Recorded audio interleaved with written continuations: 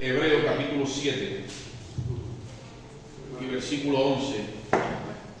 El libro de Hebreos es un libro muy revelador, ¿de acuerdo? Y revela a Cristo como superior a todas las cosas que los judíos, los hebreos, aprendieron cuando estaban en la ley, que la Biblia dice que la ley era figura y sombra de lo que había de venir.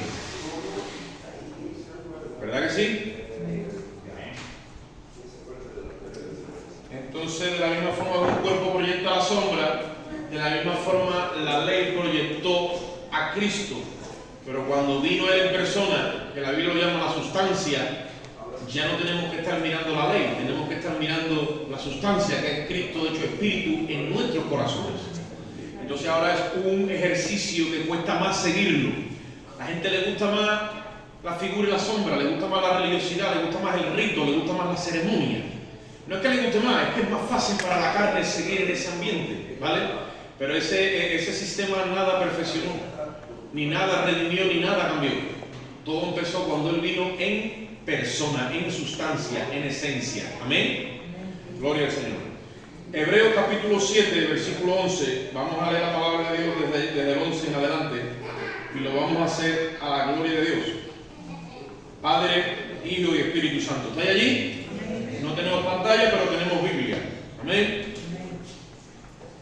Dice, si pues la perfección fuera por el sacerdocio levítico, porque bajo él recibió el pueblo la ley, ¿qué necesidad habría aún de que se levantase otro sacerdote según el orden de Melquisedec y no fuese llamado según el orden de Aarón? ¿Estáis entendiendo? Y sigue diciendo, versículo 12, porque cambiado el sacerdocio, necesario es que haya también ¿qué? El cambio de ley. ¿Estamos de acuerdo? Si ha cambiado el sacerdocio, tiene que cambiar la ley, ¿no? Muchas veces ni siquiera nos hemos enterado que hemos cambiado el sacerdote, porque seguimos con la misma ley. Hay que mirar al sacerdote para saber que ha habido cambio de ley. Versículo 13 dice, y aquel de quien se dijo esto es de otra tribu, de la cual nadie sirvió al altar. Hablando de Cristo, evidentemente, dice, porque manifiesto es que nuestro Señor Jesucristo vino de la tribu de Judá, de la cual nada habló Moisés tocante al sacerdocio. Y esto aún es más manifiesto, que si a semejanza de Melquisedec se levanta un sacerdote distinto, no constituido conforme a la ley del mandamiento acerca de la descendencia. Está hablando de que en el sacerdocio levítico había una ley que era de padre a hijo, no como Cristo, que en el orden de Cristo no es conforme a la descendencia, sino que según el poder de una vida indestructible, porque ha sido según la elección de Dios. Dice, pues se ha dado testimonio, versículo 17 de él, tú eres sacerdote para siempre, según el orden de Melquisedec. Voy a hacer una preguntita aquí. Miradme y ser honesto, ¿eh? ¿Qué poco se habla de Melquisedec en la iglesia? ¿Estoy correcto? ¿Qué poco se habla de ese orden sacerdotal en la iglesia? Que es el actual, no de ahora, hace 2000 años, que Jesucristo está sentado a la diestra de su majestad a las alturas. ¿Estoy correcto? A tiempo real Él está allí, el Real Mito está allí. ¿Ustedes saben conforme a qué orden sacerdotal está? Conforme al orden de Melquisedec. O sea que ya hace rato que deberíamos de saber esto, y esto tendría que manejarse en la iglesia. No se habla de Melquisedec. ¿Ustedes saben por qué? Porque no se tiene revelación de quién es Melquisedec. La revelación que se está moviendo en la iglesia, tristemente, es la de Aarón. Y todo el mundo está viendo sus pecados y la forma de redimirlos todavía. Y todavía está la gente, igual que en la Semana Santa de Sevilla están los penitentes que salen descalzos con un montón de cruces encima a ver de qué forma limpian la conciencia por sus pecados. ¿Ustedes saben eso? Es una forma de querer purgarse. Todavía tenemos en la iglesia del Señor gente queriéndose purificar de sus pecados conforme al orden de Aarón. porque Moisés lo dijo. Y ahora yo pregunto, ¿por qué? Porque no hay revelación. La Biblia dice que en el Evangelio la justicia de Dios se revela por fe y para fe. Y la iglesia se ha quedado detenida en ese ejercicio de la fe, porque es lo que el Espíritu Santo impulsa, y además es lo que Él está únicamente autorizado de tratar con la iglesia por revelación por medio de la fe. La iglesia no puede querer tocar las cosas ni verlas con sus ojos porque se sale de la fe. Cuando tú quieras tocar y tú quieras ver por ti mismo, puedes tener seguridad de algo, pero tú estás fuera de la fe. Porque la fe es la certeza de lo que se espera y la convicción de lo que no se ve. Y no hay nada más exacto que la fe. Tú has podido ver y has podido tocar, y después de ver y tocar expresas lo que has visto y lo que has tocado, y eres capaz de traer una revelación imperfecta, pero tú la recibes por medio de la fe y es perfecta porque viene de la misma boca de Dios. No necesitamos de ver ni tocar. Sácate eso ya de la cabeza. Versículo 18. Queda pues abrogado el mandamiento anterior a causa de su debilidad e ineficacia. Queda, ¿cómo dice que queda? Abrogado. Después vienen los líderes del corte de Aarón y dice, hermano, Jesucristo no vino a abrogar, vino a cumplir. Claro que vino a cumplir. Y cuando cumple, ¿qué pasa? Queda abrogado el mandamiento. ¿Cómo que queda abrogado? Porque era ineficaz. No podía limpiar nuestra conciencia de pecado. Pero es que todavía la iglesia tiene ese problema. ¿Por qué? Porque seguimos mirando a Aarón. Versículo 19. Pues nada perfeccionó la ley, y de la introducción de una mejor esperanza por la cual nos acercamos a Dios. Nunca la ley hizo eso. Cuando tú escuchabas a Moisés hablar y cuando tú escuchabas los sacrificios de Aarón, no te daba a ti confianza acercarte a Dios. De hecho, yo el otro día, como a manera de broma, decía, anda que el día de la expiación, el sumo sacerdote, cuando se veía con el marrón encima que tenía que entrar en el lugar santísimo, digo yo, anda que si tuviera que ser yo el que entre, yo no sé, yo me rezaría tres Padres Nuestros y 14 de María y todo lo que supiera. Porque como te cogieran fuera de juego, allí mismo quedaba fulminado. Porque ese sistema no te infundía confianza. Por eso dice la Biblia, ahora pues, acercaos confiadamente al trono de la gracia, para hallar gracia y misericordia para el oportuno socorro. Porque ya la fiscalía ya no está señalando con el dedo, ya los libros han sido cerrados, ha sido derramada la sangre de Cristo y ha anulado todas las actas de decreto que había en contra nuestra, dice la Biblia. Y la clavó en la cruz del Calvario, dice la palabra de Dios. Y nosotros tenemos que mover conforme a ese conocimiento que es real. Tenemos que saber cómo se maneja y administra la justicia celestial. Si tú todavía estás pensando que tus pecados están en la mente de Dios, que cuando tú fallas Dios se acuerda de tus pecados, que las cosas que tú has hecho están escritas en alguna parte delante de Dios, yo te digo a ti que tú estás fuera de orden. Te lo tengo que decir así, a ver si te pellizco en la mente a un, no sé, un esguince cerebral. Si tú te crees que hay registro de tu pecado delante de Dios, todavía tú no estás bien en el orden delante de Dios. No hay registro ninguno de pecado. Este nuevo sacerdocio se inicia sin pecado, con el problema del pecado totalmente resuelto. Versículo 20. Y esto no fue dicho sin juramento, porque los otros ciertamente, está refiriendo al otro orden sacerdotal y los otros sacerdotes, dice, porque los otros ciertamente sin juramento fueron hechos sacerdotes, pero este con el juramento del que le dijo, juró el Señor y no se arrepentirá, tú eres sacerdote para siempre, según el orden de... Y vamos a dejarlo en el 22, dice, por tanto Jesús es hecho, ¿qué dice? Fiador de un mejor pacto. Amén. Bendecida está la palabra del Señor. Gloria a Dios. ¿Qué pretendo yo, hermano? Yo quiero asegurar hoy en tu mente, abrochada ahí, a ver cómo yo lo taladro, te meto el speech y te lo dejo atornillado bien. Y en tu corazón que la obra de Cristo y su trascendencia, de manera que tú de aquí hoy salgas con un proceder distinto y un estilo de vida que se base en lo que Cristo ha hecho y no en lo que tú haces. Tú tienes que aprender a ejercitar tu mente, la tienes que obligar a que entre en un formato nuevo de patrón, de pensamiento. Por eso dice la palabra que ofrezcamos nuestro cuerpo un sacrificio vivo para que seamos renovados en nuestro hombre interior.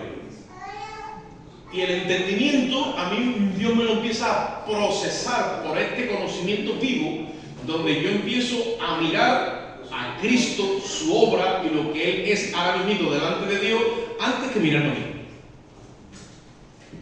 Y yo tengo entonces que ejercitar la mente. Me mira a mí y el Espíritu Santo dice, no, mira a Cristo. Y otra vez los ojos para mí y dice el Espíritu Santo, no, mira a Cristo. O cuando tú abres la Escritura habla de ti. Porque yo acabé de hablar la Escritura habla de Cristo. La Biblia mía habla de Cristo, no habla de mí. Es Cristo. Y mis ojos donde tienden a ir por naturaleza caída. A mí otra vez. Por eso dice la Biblia, puesto los ojos en el autor y consumador de nuestra fe. ¿Te duerme, como dicen por ahí, camarón que se duerme? Pues otra vez tienen puesto los ojos en ti. El Espíritu Santo te abre los ojos. Y si te los abre, ¿a quién te revela y te muestra? A Cristo. ¿Sí o no? Y a Cristo resucitado, ejerciendo su sacerdocio. O te muestra a Cristo en pecado. O el Espíritu Santo te dice que cuidado, que no sé qué. Cuando te mete el verbo de la Escritura, a ti se te mete una confianza plena, que eso es lo que tú tienes que buscar cuando tú vengas a la iglesia, que se te afirme cada vez más la obra de Cristo. Tú no puedes salir de aquí cargado porque el líder te pone una carga, porque te dice, mírate a ti. No, aquí no estamos para que tú te mires a ti. El líder tiene que mirarte, tiene que coger tus ojos y ponerlos en Cristo. Porque cuando tú pones en los ojos en Cristo, el mismo Espíritu Santo está autorizado, te quita la carga a ti y se la pone a Cristo, como dice la palabra. Echa sobre mí tu carga que yo la llevaré. Y venid a mí, dice el Señor, los que estáis cómodos. Y yo haré ¿qué? Descansar. Cuando tú vayas a un lugar a escuchar la palabra de Dios y salgas de allí cargado por tus errores, por tus pecados, por tus situaciones, no habló el Espíritu Santo.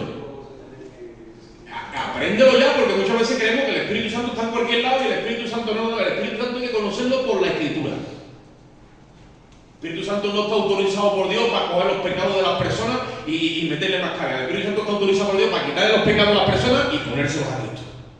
Esa es la obra del Espíritu en la iglesia. En el mundo no. En el mundo es convencerlos de pecado, de justicia y de juicio, para que vengan a la cruz. Pero cuando han venido a la cruz, entonces dice que Él les enseñará todas las cosas que Cristo les enseñó y les revelará lo que ha de venir. Esa es la obra del Espíritu. Muchas veces yo oigo algo, me dice mi mujer algo esto y le digo, no habla el Espíritu. Claro, el pronto que sale así carnal dice, no, tú lo sabes todo, tú siempre lo sabes todo. No es que lo sepa todo, pero yo tengo claridad cuando habla el Espíritu y cuando no. ¿Por qué? Porque conozco la Escritura. Tú te esfuerzas en conocer la Escritura, sí, conoce la Escritura y la Escritura te revelará quién. Cristo. Dice Juan 5:39, Jesús hablando con los judíos, ustedes erráis mucho porque pensáis que aquí habla de la vida eterna. Y la vida eterna sí está aquí escondida, pero las Escrituras dan testimonio ¿de quién? De mí. La Escritura te revela desde Génesis hasta Apocalipsis a Cristo. Él lo llena todo. Toda la figura, toda la sombra, todo lo llena Él. Él está metido en todo, en todos los sacrificios del Antiguo Pacto, todos apuntaban a Él. Entonces tengo que asegurar que tú pongas los ojos en Cristo y no en ti mismo. Renovar nuestra mente en el hombre interior con un conocimiento donde el resplandor y la gloria del sacrificio perfecto alumbren mi entendimiento de manera de que mi conciencia sea transformada al punto de que yo entre en un estilo de vida, dejando la pasada manera de vivir, que es vana, y entrando en una santa manera de vivir, pero basada en la revelación que tengo de su justicia. Yo he llegado a un momento donde me he visto en situaciones donde he empezado, claro, yo no puedo hablar de esto sin haberlo ejercitado, he empezado a poner la maquinaria en marcha y a decir, no, pero Cristo, no, pero tú, no, pero tu palabra dice, no, pero tu justicia. Y llega un momento que el peso yo no me lo he quitado, pero el Espíritu Santo sí me lo ha quitado. Y cosas que he cometido que se quedan aquí en la conciencia, que son como obras que he hecho delante de Dios como están muertas, dice la Biblia que como confío en su sangre, porque es lo que se hizo en el Calvario, derramar esa sangre por mis pecados, empiezo a moverme ahí, el Espíritu Santo llega un momento que me quita los actos que he cometido de tal manera que ya no están en mi conciencia. Y tú dirás, ¿eso cómo puede ser? Ese es el ejercicio de la fe. Hasta el punto que me acuerdo y es como si yo no lo hubiese nunca cometido, porque dice que limpia mi conciencia de obras muertas para que le pueda servir al Dios vivo. Estoy invitándote a un ejercicio, esto es un gimnasio, vamos a empezar. Lo que pasa es que no es físico, es aquí. Tú tienes que creerlo. En el momento que tú lo crees con fe y el Espíritu Santo te mira, porque ese tiene el calibre de saber el grado de fe que hay en tu corazón y ve que tiene la suficiente fe para creer todo lo que ahí dice, Él está autorizado, está deseando hacer ¡ram! Y te saca esa obra muerta de que tú dices, ya no lo tengo en mi mente. Porque mientras que no sea así, tú estás peleando contra el error que has cometido y no lo vas a vencer. Poniendo un caso hipotético de un error que hayamos cometido, lo que sea.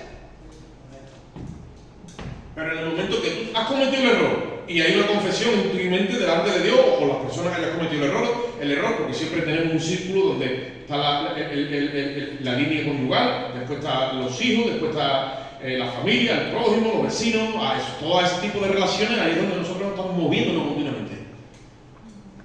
Cuando tú confiesas y te arrepientes, el Espíritu Santo está autorizado y arranca de raíz eso. De forma de que tu conciencia queda libre de pecado. Hay una transferencia en nuestros corazones por la obra del Espíritu Santo donde a nosotros se nos imputa una mentalidad sin pecado porque se nos transfiere la mente de Cristo. La única forma de que tú puedas entender a Dios es que a ti te den un sistema de mentalidad para poder procesar lo que Dios dice y te tienen que instalar la mente de Cristo. Si no, tú no puedes entender a Dios. Pero tenemos a gente en la iglesia con la mente de Aarón. ¿Me sigue? Entonces tú no vas a entender a Cristo ni estas cosas. Tú te vas a ver contaminado todo el tiempo. Intentando desacudirte. Y esto no se va con todo sacudido.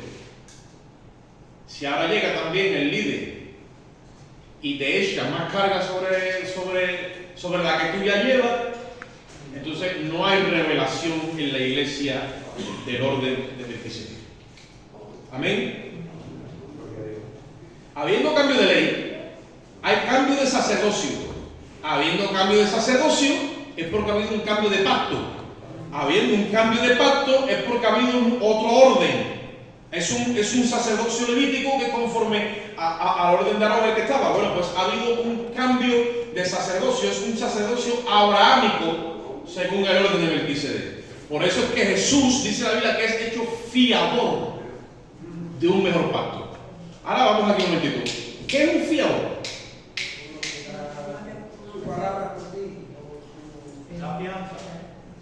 No dice la Biblia en Proverbios, por ejemplo, dice, no salgas fiador de un extraño. Como diciendo, no ve la cara por uno que tú no conoces, porque después de hacer la llave 4 te comes un marrón. Porque el que da la cara al final es fiador. ¿Ustedes entienden? O sea, dos personas se ponen de acuerdo o quieren hacer un contrato y meten a un fiador. ¿Qué es el fiador? El fiador es el que garantiza que si el que dice que va a pagar no paga, al final le cae marrón al fiador. ¿Sí, correcto o no? La Biblia dice que Jesucristo es nuestro fiador.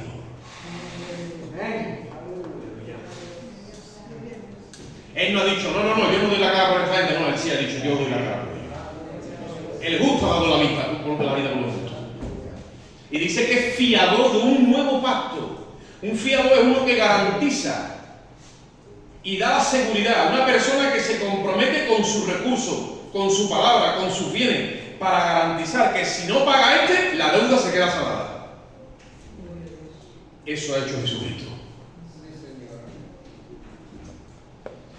Jesucristo ha pagado la deuda. Y a nosotros muchas veces se nos queda como la mente nebulosa diciendo, sí, yo sé que ha pagado, pero ¿y esto? Que ya la ha pagado. Lo que pasa es que nosotros, al estar atrapados en una dimensión de espacio-tiempo, nos cuesta entender un pacto que la Biblia, cuando dice nuevo, expliqué el otro día que no es neo el término que usa, porque neo más bien está hecho, neo es nuevo en el ámbito del tiempo, sino es un pacto kainos, que tiene que ver con algo que sale nuevo, pero con una naturaleza diferente, con un estilo diferente, con una forma tan diferente que no tiene nada que ver con lo que nosotros conocemos. Es el nuevo pacto en Jesucristo. Y nuestra mente no está capacitada para entender que ha llegado alguien, un novalista, un fiador, ha pagado, se ha quitado en medio, pero es que en el presupuesto de lo que ha pagado estaba incluido todo lo que yo hice, lo que hago, y mi mentalidad no me da para entender y creer que todo lo que voy a hacer también está pagado. Porque este es el ejercicio de la fe. Y ahí entran los detractores de la gracia, que no entienden la justicia de Dios. Dice, claro, como Jesucristo ha pagado, entonces venga, ponme otra, que paga Cristo. Y viene el libertinaje, hacemos de la gracia de Dios, hacemos libertinaje. Sí, claro que es verdad, pero no vamos a dejar de enseñar estas verdades porque vengan los libertinos. Que vengan los libertinos y que hagan lo que quieran, ellos allá con Dios. Igual que los legalistas, que hagan también lo que quieran. Pero nosotros tenemos que predicar a Cristo, crucificado y resucitado. Porque es la cruz la que nos estabiliza de todas estas corrientes doctrinales. Y nos mantenemos ahí en su justicia. Entonces, un fiador, ya Cristo ha pagado jurídicamente hablando, y nadie te lo puede volver a cobrar. Aquí hay gente que ha estado, tristemente por desgracia de la vida de las situaciones, ha estado en prisión y ha tenido una deuda con la justicia. Y muchos han pagado. ¿Sí o no? Y cuando una persona queda libre de la justicia es porque ha pagado la deuda con privacidad de libertad, en este caso, o por lo que quiera que sea, y eso queda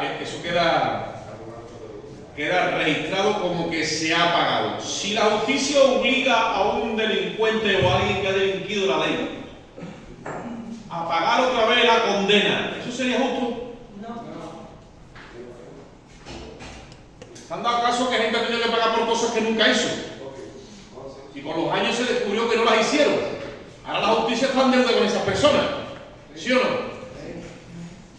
¿Ustedes creen que el Padre se ha cobrado en Jesucristo la deuda de nuestro pecado? ¿Ustedes creen, y eso ha quedado registrado en la administración celestial, que es la más justa de todo el universo, porque de ahí viene la justicia? ¿Creéis que ellos van a cobrar 2 veces por lo mismo? ¿Sería justo? Por eso son cosas que nosotros tenemos que empezar a memorizar y a entender, que si Cristo ha pagado jurídicamente hablando, no religiosamente hablando, Jesús no pagó conforme a los sacrificios, a las ofrendas del antiguo pacto. Jesús se sometió al dictamen de una resolución judicial, como dice Ezequiel 18:4. El alma que pecare, esta muerte. Los pecados se pagan con la muerte del alma. Jesucristo murió en su alma. La muerte no es que tú te quedas ahí hecho un cadáver, no. La muerte es cuando tú quedas separado eternamente de Dios. Eso es tánatos. Muerte. Quedas separado eternamente de Dios. Y Jesús, cuando se le aplicó esa pena, literalmente, Él expresa en la cruz y dice, Padre, ¿por qué me has? Ahí fue cuando Él experimentó la separación. Y salió la agonía que siente un alma de verse ahora eternamente separado de Dios.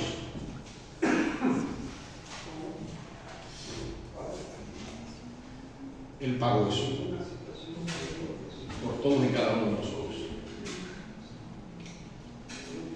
Si ni el mismo Padre nos puede volver a cobrar lo que Cristo ya pagó, porque iría contra su propia justicia, y si el Dios y Padre de nuestro Señor Jesucristo no me pueden volver a cobrar la deuda, ¿por qué muchas veces me siento como que tengo una deuda con Él?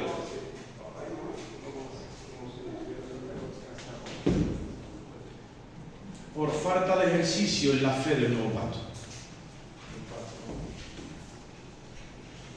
Por la falta de ejercicio, que no conozco quién es Melquisedec. Que el sacerdocio según Melquisedec se inicia con la ascensión de Cristo y es un pacto que el Padre hace con el Hijo. Se le llama en la teología el pacto incondicional. No tiene ninguna condición para con nosotros, solamente creer. A eso se le llama el amor ágape. El amor ágape que ha sido derramado en el nuevo pacto no es como el amor filial que tú sientes hacia tus hijos, hacia tus padres, o el conyugal que es eros en un matrimonio, o incluso el fraternal que tú sientes hacia tu prójimo. No, es el ágape. Es un amor que haga tú lo que tú hagas, no va a dejar de amarte nunca. No está sujeto a tu comportamiento, ni a tus errores ni a tus aciertos. Es un amor inalterable. Se le llama el amor ágape. Eso es lo que se celebró en la cruz del Calvario. Por eso el pacto no es contigo, literalmente, es con Cristo. Y Cristo ha cumplido y ha pagado. Entonces, ¿por qué muchas veces me siento con la deuda? Porque sigo viendo a Cristo, porque nosotros somos de Cristo, ¿verdad o no? Y somos de Dios y estamos en la iglesia, entonces, pero lo sigo viendo con un orden sacerdotal conforme a Aarón. Lo sigo viendo como que me sigue reclamando por mi pecado. Y eso no es el orden sacerdotal de Melquisedec. ¿Os acordáis cuando Abraham vino de derrotar a los reyes en Sodoma? Que se encuentra con Melquisedec. Sí, ¿verdad? Nosotros estábamos allí viendo, cuando en la escritura lo vemos. Y muchos dicen, no, es que le trajo los diezmos del botín. ¿Vale? Pero bueno, ¿qué hace Melquisedec? Melquisedec dice que le pone pan y vino, ¿sí o no? Sí. Le pone pan y vino. Símbolo de lo que pasaría en el Calvario y símbolo del sacerdocio que Cristo ejecutaría cuando fuera levantado como sacerdote. Pan y vino, símbolo de la carne y de la sangre de Cristo. Pero ¿y qué es lo que hace? Lo bendice. Porque tenía las promesas. Lo bendice. Porque el pacto de la gracia no puede recoger ni una sola maldición. Porque la maldición está sujeta a la conducta del hombre y a la conducta del ser humano. El pacto que nosotros hemos sido incluidos no es el que celebró Dios con Israel en el Sinaí a través de Moisés. En ese pacto, mira, Dios puso 6 tribus una parte y 6 tribus en otra. Y se escuchaba, ¿no? Todo aquel que no hiciere será maldito. Y tiene que decir el pueblo, amén. Y el que no hiciere será maldito, amén. Y el que no hiciere estas cosas y no podrá vivir con ellas y será maldito, y el pueblo decía, amén. Y es un pueblo sujeto a la maldición o bendición conforme a la obediencia o desobediencia del hombre. Eso es lo que Dios hizo con Israel en el Sinaí. Eso no tiene nada que ver con lo que sucedió en el Calvario. La pregunta es, ¿a qué pacto tú estás adherido? En el Calvario no hubo ni una sola maldición. O sea, no hubo ni un solo requisito, porque la maldición la asumió Cristo como responsable y culpable de todos nuestros pecados. Ha absorbido toda la maldición en él, y ahora cuando se inicia el pacto se inicia libre de maldiciones. No hay maldición en Cristo. Lo único que hay es bendición. Por eso, ¿qué le dicen a Abraham? Yo te voy a bendecir y tú serás ¿qué? Bendición. Donde quiera que iba Abraham, era bendición. Abraham no podía maldecir a nadie ni tenía maldición en su vida, porque él le creyó a Dios. Por eso es el padre de la fe y fue el primero al que se le reveló la imputación de sus pecados por medio de la fe. La fe iba a reemplazar las obras. Y dice la palabra que creyó Abraham a Dios y le fue imputado a justicia. No dice a salvación, a justicia. Yo empecé con esto de la gracia hace bastantes años atrás, pero lo que ha firmado la visión es la justicia. La justicia es la que ha clavado la gracia. La gracia tú no la vas a entender nunca si no es por la justicia. Esa es la palabrita que tenemos que empezar a meternos en la cabeza y a entenderla por medio del Espíritu. Por eso que en muchos pueblos el niño dice, porque no se adiestra en la palabra de ¿qué? De justicia. Hebreos 5:11 dice, vosotros tenéis que ser ya maestros. Todos tendréis que ser maestros, dice el escritor de los Hebreos al pueblo hebreo. Dice, pero sois niños, porque ni podíais todavía y todavía podéis resistir la palabra de justicia. Se tiene que dar leche. Entonces, si la hablamos de leche, tenemos que hablar de Aarón, porque es para salvación. Y ahí es donde nuestra mentalidad se desvió.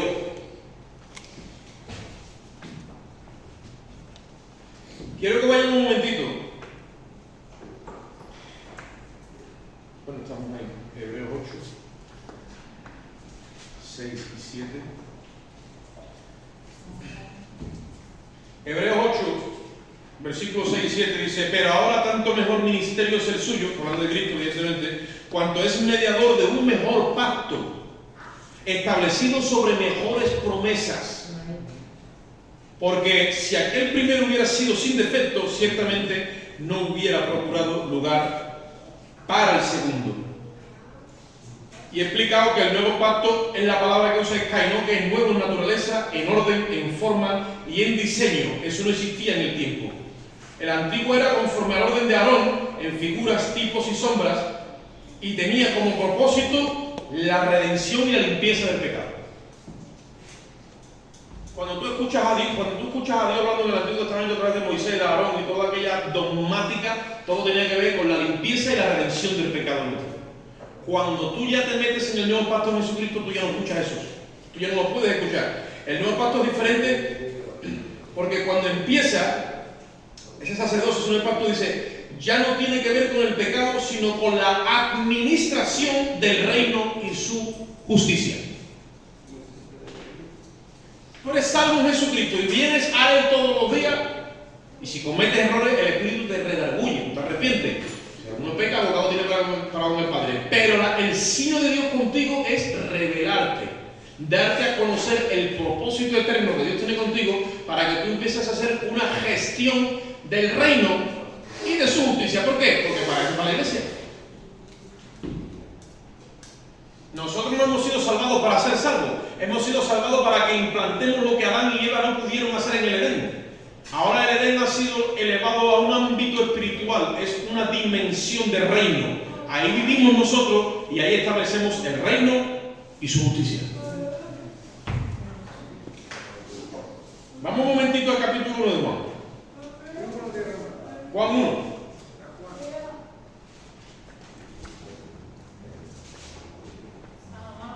Juan 1. Este texto es muy conocido, pero también es clave.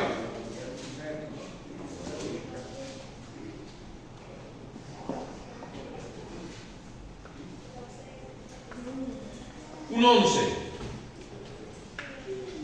¿Está allí? A los suyos vino. ¿Y qué dice? Cuando tú lees a los suyos, a ti te da la sensación de que está hablando del pueblo judío. Dice, los suyos vino y los suyos no le recibieron. Pero no dice a los suyos, dice a los suyos, singular.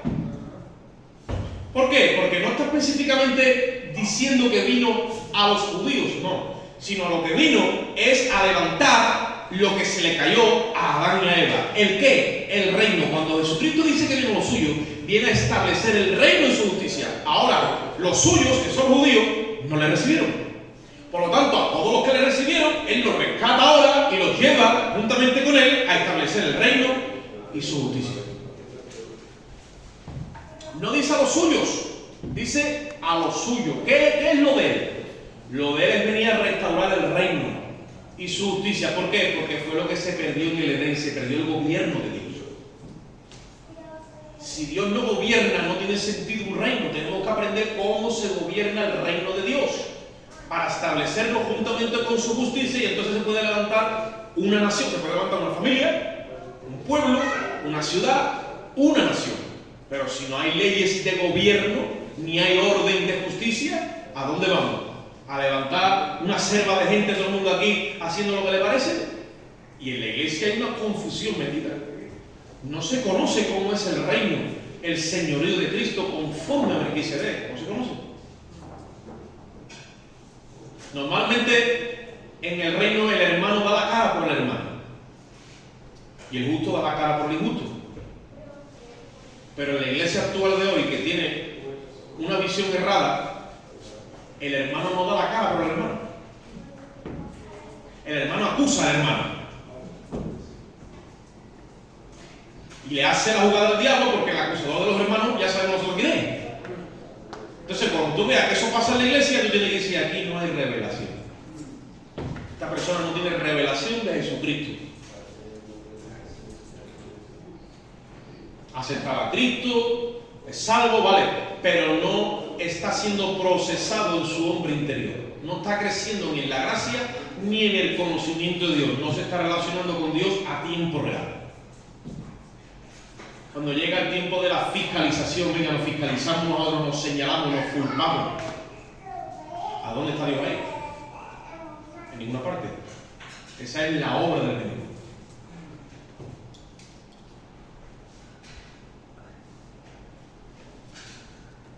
Entonces, cuando Dios te salva, lo que te da, lo que te está preparando es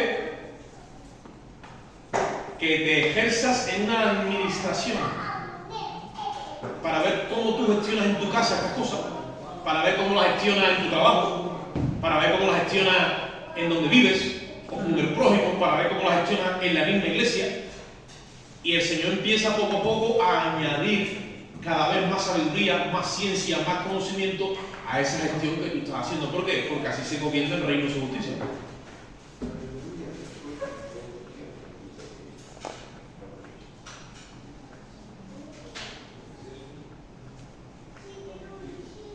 Yo tuve un conflicto hace un tiempo atrás con un vecino que tengo y unas movidas allí con que alquila la casa, mete gente, allí la música, otras. Aquello, llevo 2 años que, gracias a Dios, ahora la cosa está mejor. Pero llegó un momento que me tuve que entrevistar con él, me di con él, y llegamos a un acuerdo, ¿no? Entonces, el presidente estaba de por medio y estaba al tanto de todo lo que yo estaba haciendo. Y yo le dije a este hombre, digo: mira, a mí no me gusta hablar por teléfono, ni yo soy de denuncia, yo no soy persona de eso. Yo lo que quiero es coger a este hombre y mirarlo a los ojos. Y si él me da a mí su palabra, yo le doy la mano, le dije. Y la palabra que ese hombre a mí me da, eso va, como dicen los antiguos, eso va a misa. O sea, eso es palabra de hombre sacado por mí. Cuando yo le dé la mano a ese hombre, eso que era él y yo hablemos como hombre y quede ahí sellado, así me muevo yo. Y así fue. Y así ha sido y se ha resuelto el problema. Y me dice el presidente: ojalá, me dice, esto es para la gloria de Dios, porque ojalá todos los que tuviéramos aquí en la parcela y todos los líos que se nos fueron a nosotros, dice, ojalá todo el mundo procediera como tú. Le digo, porque es que yo en verdad no quiero problemas con nadie, pero si me tengo que meter por derecho, me meto. Ahora, ¿qué vamos a hacer? Vamos a andar con denuncias. Si yo denuncio a este hombre, se le va a engendrar más odio en el corazón contra mí, lo van a multar, lo van a censurar, pero el problema no se resuelve, sino que estoy engendrando odio hacia mi persona. No, yo lo que quiero es mirar a los ojos, le digo. Entonces quedé con él y lo miraba a los ojos. Y le digo: mira, ¿tú ves ese crío que está ahí? Sí, yo mismo digo. Yo he llegado aquí por causa de él buscando paz. Y ahora resulta que me he venido a la otra punta del mundo y tú con tu negocio, con tu huelga, con tu historia, me estás robando la paz y estás ganando dinero a costa de mi sufrimiento. Y cuando yo le miro los ojos, así no me veo. No me podía mirar la cara. No me podía resistir la franqueza con la que la hace. Le digo: en el momento que tú me des tu palabra, aquí se acaba todo, me da la mano y tú vas a ver cómo las cosas empiezan a ir. Y me dio la palabra y a partir de ahora todos los contratos van aquí prohibido la música, se acabó ya.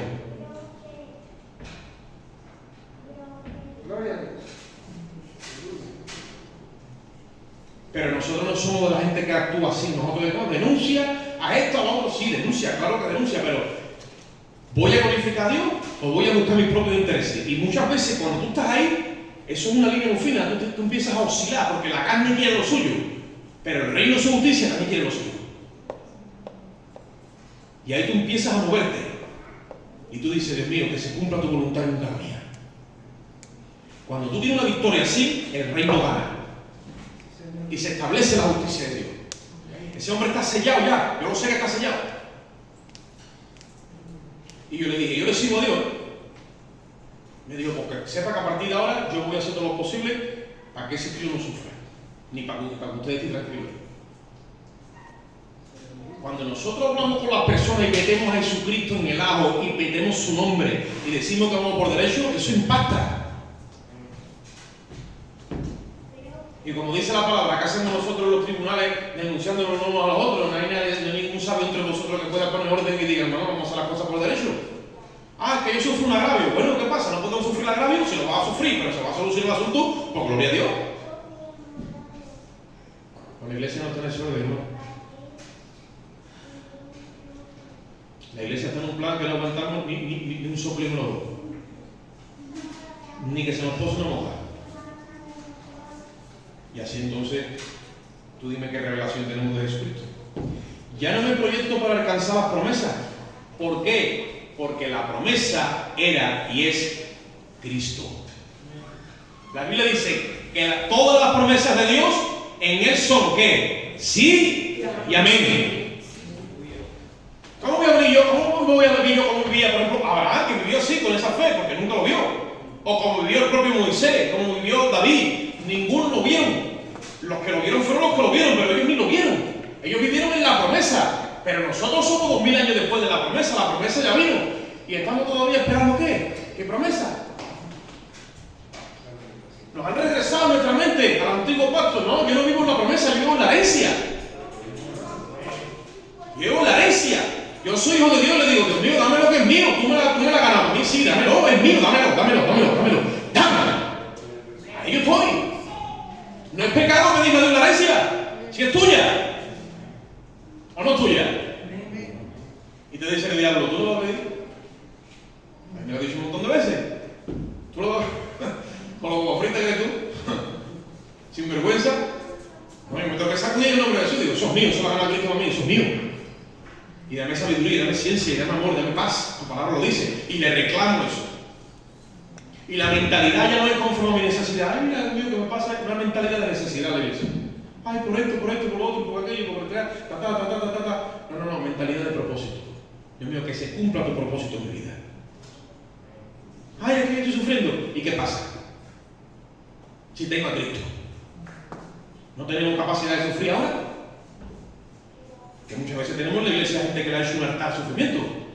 Y está todo el tiempo en sufrimiento, y victimizados. Nosotros aquí no estamos para ser felices, hermano. Estamos para establecer el reino, su justicia. Búscate en la Biblia uno nada más que le sirvió a Dios, que andaba feliz. Venga, búscate uno que no sufrió por causa del testimonio.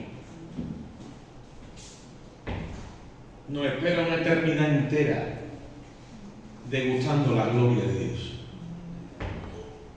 Y nosotros, ay, mira, dice la palabra, esta leve tribulación momentánea.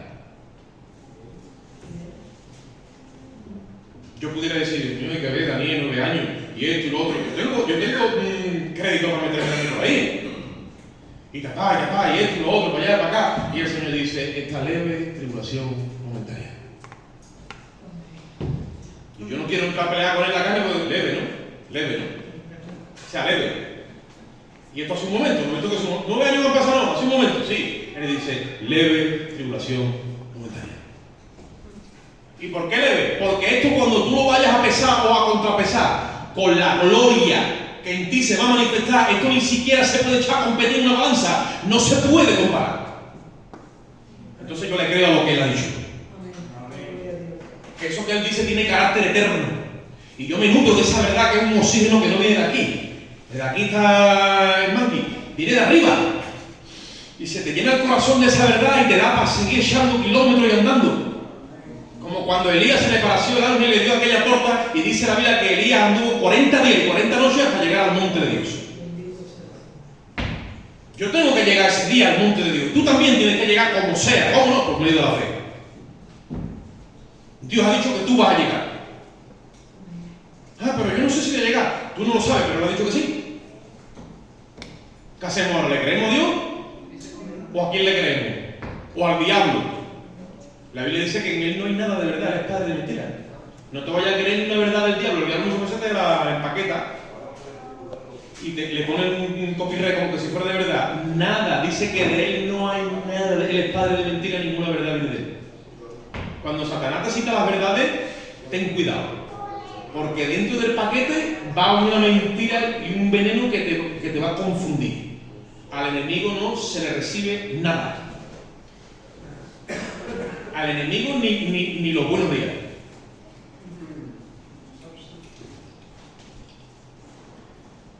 ¿Yo qué hago? Yo le pido la herencia de Dios,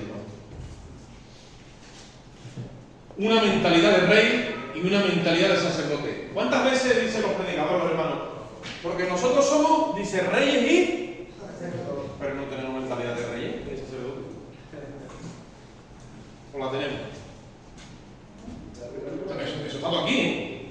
¿Tú tienes mentalidad de rey? Sí, pues tú andas como un rey. Ah, pues venga, lujos a mí y grandezas a mí. No. Es el reinado de Cristo. Él siendo rey, siendo Dios, ¿qué se hizo? ¿No? Ahora, que nosotros participamos de su reinado, claro que sí. ¿Por qué? Porque un rey es uno que gobierna. Y yo gobierno juntamente con él. Y soy un sacerdote juntamente con él. ¿Para qué? Para que el justo sea alcanzado por medio de la obra de uno que es justo. Eso es lo que Dios quiere, alcanzar a las almas y después enseñarles el reino.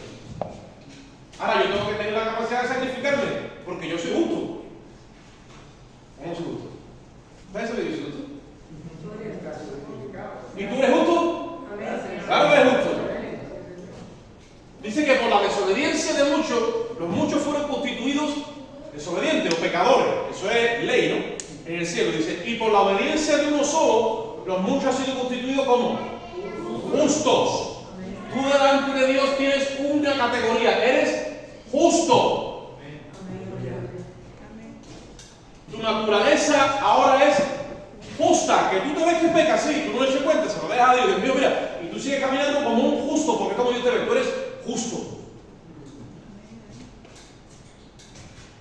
Ha sido catalogado por Dios, por el sumo pontífice, por el tribunal supremo. Y tú te tienes que creértelo. ¿Y el justo qué es lo que hace? Justicia. ¿Justicia?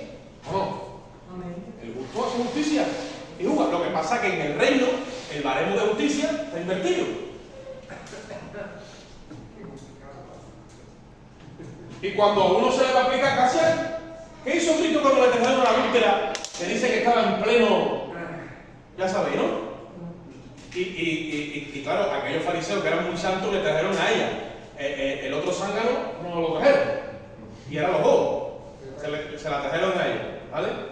A Jesús, que está predicando, y él está bajo la ley de Moisés. ¿Ahora qué hacemos? Tocaba predicando. Y dice la Biblia que Jesús empieza a escribir en el suelo. Cuando le da el punto, levanta la cabeza y le dice, porque para hacer un juicio tiene que haber un juez. Y es el que dictamina, lo dice, el que esté libre de pecado, que tire la primera piedra. ¿Y qué pasa? Dice que cada uno siendo redarguido por su propia conciencia, soltó la piedra y fue. No quedó ni uno. El único que tenía autoridad para coger la piedra y tirársela era él. Le dice, mujer, ninguno te condena. Dice, no, ninguno. Y ¿qué le dice a él? Y yo tampoco. Entonces, ¿qué hace Cristo con la Torá? La invierte en gracia. Porque para aplicar la ley hay que ser justo. ¿Me entiendes? Y tú dices, pues entonces yo tampoco puedo aplicar la ley porque yo no soy justo. Sí, tú eres justo. Pero ¿cómo lo vas a aplicar? Como hizo Cristo. Perdonando y dejando a las personas libres. Que el perdón tiene más poder que el juicio. Y cuando una persona tú la perdonas y la liberas, eso le cambia la conciencia. Cuando tú tienes en tu mano una persona y la persona sabe que está en tu mano y tú coges y en vez de rematarla, la perdonas, ya la marcas para siempre. Ese es el amor de Dios. Por eso es que el justo tiene que dar la vida por Dios. Y tenemos nosotros que tener esa línea. El sacerdocio actual, según Cristo, que es el orden de Melquisedec, no trata con el pecador porque es un sacerdocio basado en bendecir a los que están en la promesa. Es un sacerdocio que solo tiene bendición, no existe maldición.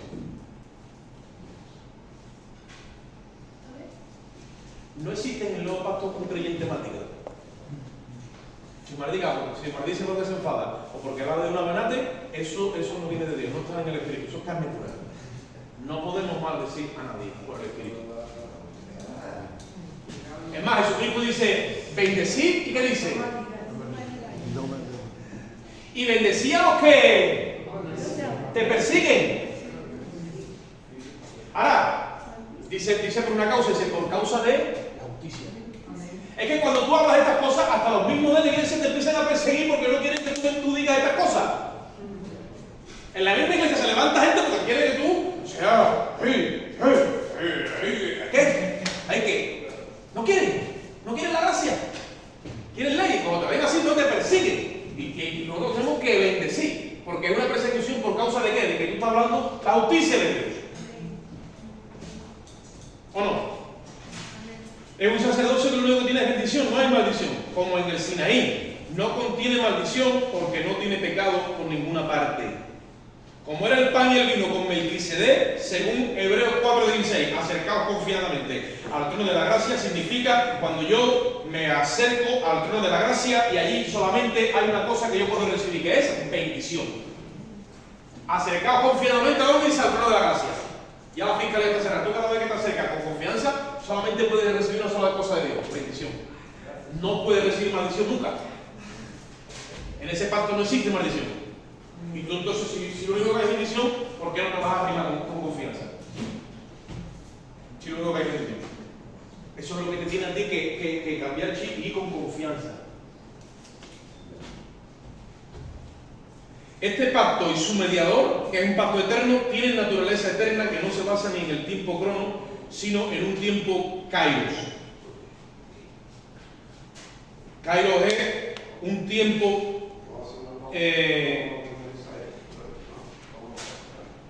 de orden de eternidad, no es un tiempo cronos. Yo recuerdo muchas veces cuando decía el kairos de Dios, pero se decía sin revelación. Kairos tiene que ver con algo que nosotros no conocemos en un orden natural, sino que es en lo sobrenatural. En ese sentido ya todo se ha hecho delante de Dios. ¿A ti te entra en la cabeza de que antes de que Adán y Eva pisaran el Edén, ya Dios sabía todo, tenía sacrificado a Cristo? O sea, ya el Cordero, ya el Padre había hecho como Abraham. Antes de que hubiera espacio, materia y tiempo, ya Dios lo había planificado todo y lo tenía todo ahí. ¿Te entra en la cabeza eso? Estamos tratando con un ser sobrenatural. Muy sobrenatural a nosotros, de manera que dice la Biblia que como son más altos los cielos de la tierra, así sus pensamientos son más altos que los nuestros. Cuando tú empiezas a creer estas cosas, Él te empieza a elevar. Y te empieza a elevar hasta el punto que tú empiezas a pensar en el orden de Melquisedec, en lo sublime. Ahí te mueves. Ahí no te puedes echar guante el enemigo, ni los detractores del evangelio. Pero Dios te tiene que elevar en un grado de revelación. Dice la Biblia que la senda del justo es como la luz de la aurora, que va en momento hasta que ¿qué? Hasta que el día es perfecto. Tú vas entendiendo a Dios, lo vas entendiendo, entonces te va dando más. Tú lo sigues entendiendo en otro orden y te da más, y cuando te da una medida de fe, tú la cumplimentas y te vas a otra. Eso se llama los planos de gloria en gloria. Y tú vas caminando sobre esa gracia de Dios y vas creciendo, gracia sobre gracia, y Dios te va elevando en un crecimiento hasta que lleguemos todos, dice, a la estatura de un varón perfecto. A Cristo. Donde tu mente está siempre limpia de pecado. Donde tu mente está siempre limpia de maldición. Donde a ti ya no se te ocurre señalar, ni condenar, ni criticar, ni nada de lo que le pertenece al hermano. Tú estás libre de todo eso. No, yo no tengo eso porque todavía estás pequeño en la fe. Cuando eso va entrando te va limpiando y tú cada vez te vas comportando más como Cristo. Israel no entendió nada de esto y en vez de establecer el reino y su justicia, según Juan 1:11, como hemos visto ahí, se enfocaron en el reino de Israel y formaron el judaísmo, que el judaísmo es una mala interpretación de la Torá de Moisés. Se supone que nunca hubiera debido haber judaísmo, pero hay judaísmo.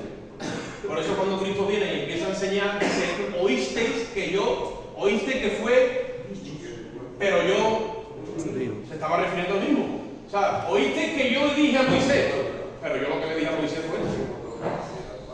Está rectificando, ¿por qué? Porque ellos hicieron una mala interpretación de la Torá y parieron el judaísmo. El judaísmo es, nosotros somos los exclusivos. Nosotros somos la nación escogida por Dios. ¿Sí o no? Nosotros tenemos la Torá de la mano de Moisés. Nosotros tenemos al gran profeta Elías, Eliyahu, que pedía fuego y caía fuego del cielo. Y nosotros somos los number one.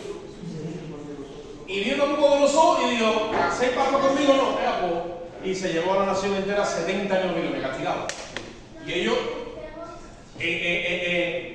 traumados, como dicen, pero si nosotros somos la nación escogida, ¿cómo se nos pasa esto? Porque había hecho una mala interpretación de las cosas de Dios. Ahora, si la interpretación es que nosotros estamos aquí para servir al mundo, para hacer luz de las naciones, para llamar a las naciones al arrepentimiento y que abandonen la idolatría y se conviertan en el Dios verdadero, y estamos para ser siervos de la humanidad, entonces no hubiera pasado eso. Bueno, pues con la iglesia ha pasado todo lo mismo. La iglesia, que no entiende el sacerdocio en Cristo, el nuevo pacto, busca establecer el reino de su justicia, no hace eso, ha hecho una mala interpretación del evangelio y ha establecido el cristianismo. ¿Vino Jesús acaso a establecer el cristianismo? Que es una de las palabras más usadas cuando se habla de las cosas de Dios, sobre todo de Jesucristo. No, Jesucristo no vino a establecer el cristianismo, vino a establecer el reino de su justicia. Y hoy tenemos cristianismo por todos lados. Cristianismo católico, cristianismo evangélico, cristianismo protestante, que tiene la verdad, como dice el hermano, que la verdad la tiene este, que el otro tiene también la verdad, que la sana doctrina, y aquí andamos todos. ¿Por qué? Porque no hay revelación, porque nos hemos creído que esto es nuestro. Y es verdad, pero no lo hemos usado para servirle al mundo del pacto. Lo hemos usado para decirle, nosotros somos los exclusivos. Yo tengo a Dios, yo me salvo, y tú no tienes a Dios y te vas al infierno. Y no es el mensaje. ¿Sí correcto? Vamos un momentito a 1 de Pedro, capítulo 1, versículo 12, y ya vamos a ir dejándolo ahí. Vamos a concluir con el permiso de ustedes. 1 de Pedro 1:12, que este versículo los hermanos lo conocen.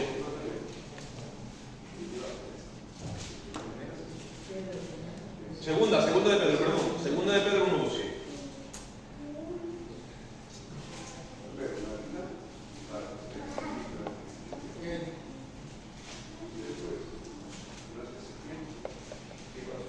Segunda de Pedro 1:12 dice: por esto yo no dejaré de recordaros siempre estas cosas, aunque vosotros las sepáis, y estéis confirmados en qué dice, ¿qué es la verdad presente?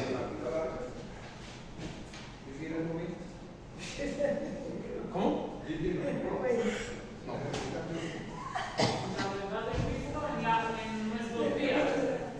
¿Qué es la verdad presente? La verdad presente, yo creo que es lo que el Señor nos ha dado, que ya somos partícipes de todo lo que nos da. La verdad presente es, por ejemplo, todo lo que yo he hablado hoy, por ejemplo, que pertenece al nuevo pacto, ¿vale? Eso es la verdad que ha quedado en un orden de presente. El hermano dice muchas veces, la verdad de presente, pasada, presente y futura. No existen verdades entre pretéritos. La verdad presente, como viene de la eternidad, es un solo presente. La eternidad no se conjuga en tiempos, sino hay una verdad presente establecida para siempre. ¿Cuál es? Que Jesucristo es el Señor, que Él es nuestro bendito Rey, nuestro Salvador, que Él es nuestro sumo sacerdote, y esa es la verdad presente. Esa no va a haber ningún convenio que la va a modificar más. Ahora, verdad bíblica, hay un montón. Todas las cosas que Jesucristo ha hecho, todas las cosas que han pasado son verdades bíblicas, pero no son presentes. Si yo te digo a ti que tú tienes que tener un cordero para redimirte del pecado, ¿qué pasa? Tú me dices, hermano, eso no es. Y yo te pregunto, ¿y por qué? Y tú me tienes que decir, porque eso es una verdad bíblica, pero no es una verdad presente. La verdad presente es la que ha quedado establecida en el sacrificio de Cristo. Se acabó. Pues hay gente todavía que está agarrada a verdades bíblicas y no las podemos conectar con las presentes. La verdad presente solamente hay una y tú tienes que vivir por esa. Se acabó. Tú tienes que estar conectado a esa, ya no va a haber otra. Y ese es presente porque en el cielo no se conjuga lo otro. En el cielo siempre es presente. Amén. Ustedes saben que en las culturas antiguas, cuando se te hacía un regalo, te decían que te traían un qué. Presente. Por eso Dios nos ha hecho un presente. Nos ha traído a Jesús. Porque la paga del pecado es la muerte. Dice, pero el regalo de Dios es vida eterna. Segunda de Pedro 18 dice, creced en la gracia y en el conocimiento de Dios. Este crecimiento, ¿cómo es? Como venimos hablando, es gradual. Y es por revelación. Conforme tú vas conociendo más de Dios, te vas entregando, pero en esta verdad. Tú no puedes estar pensando, ¿me habrá perdonado Dios mis pecados? No puedes estar así. ¿Estaré yo perdonado de verdad? ¿Estoy yo en el agrado de Dios? Porque entonces tú estás retrocediendo en la revelación. No, tú tienes que estar metido ya en la escritura. ¿Cómo que no? Yo estoy en el amado. Yo soy declarado salvo. Yo soy santo, irreprensible y sin mancha. Yo me muevo en esa fe.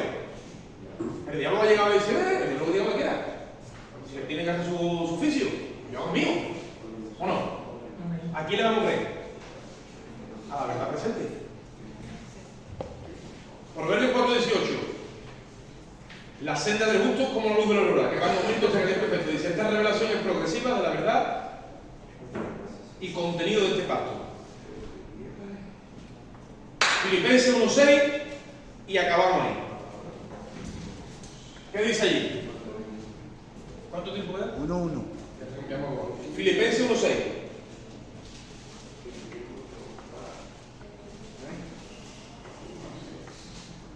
De unos años para acá, el Espíritu de Dios me ha llevado a mí a acercarme más a la Escritura y yo leía los ratos, y mira lo que dice, y míralo, me decía, míralo y lee otra vez. Lo que dice ahí, te lo crees y cuando te detiene, lo dice o no lo dice, sí, tienes que creer lo que dice. 1:6 dice, estando persuadido de esto, ¿sabes lo que está persuadido, no? Está como claro, convencido y preparado, o sea, estoy claro. Dice que el que comenzó la buena obra la perfeccionará hasta el día de eso. ¿Quién comenzó la buena obra? El Espíritu Santo. ¿Quién comenzó la obra en ti, hermano Luis? ¿La empezaste tú? ¿Te llamaste tú? ¿Te escogiste tú?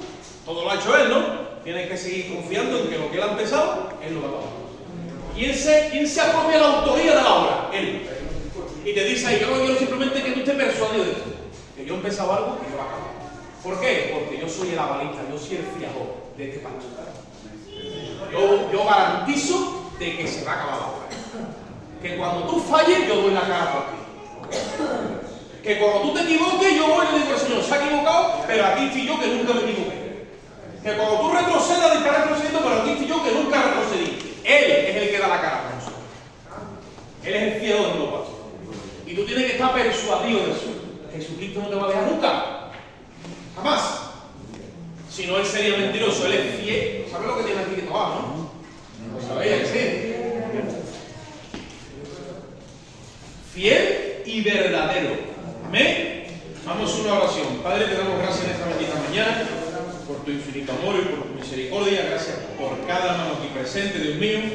Gracias, Dios mío, por la visita. Y gracias, Dios mío, por tu palabra. Yo te ruego que esta palabra tú la incrustes en nuestras vidas, Dios mío, de forma especial. Métela en nuestro espíritu de forma que nos haga crecer y alumbra los ojos de nuestro entendimiento, Señor. Presentamos todo a ti, Dios mío, y te damos las gracias en el nombre de Jesús. ¿El pueblo de Dios dice? Amén. Gloria a Dios. Van a pasar por aquí a los niños, con nuestro hermano Lipe.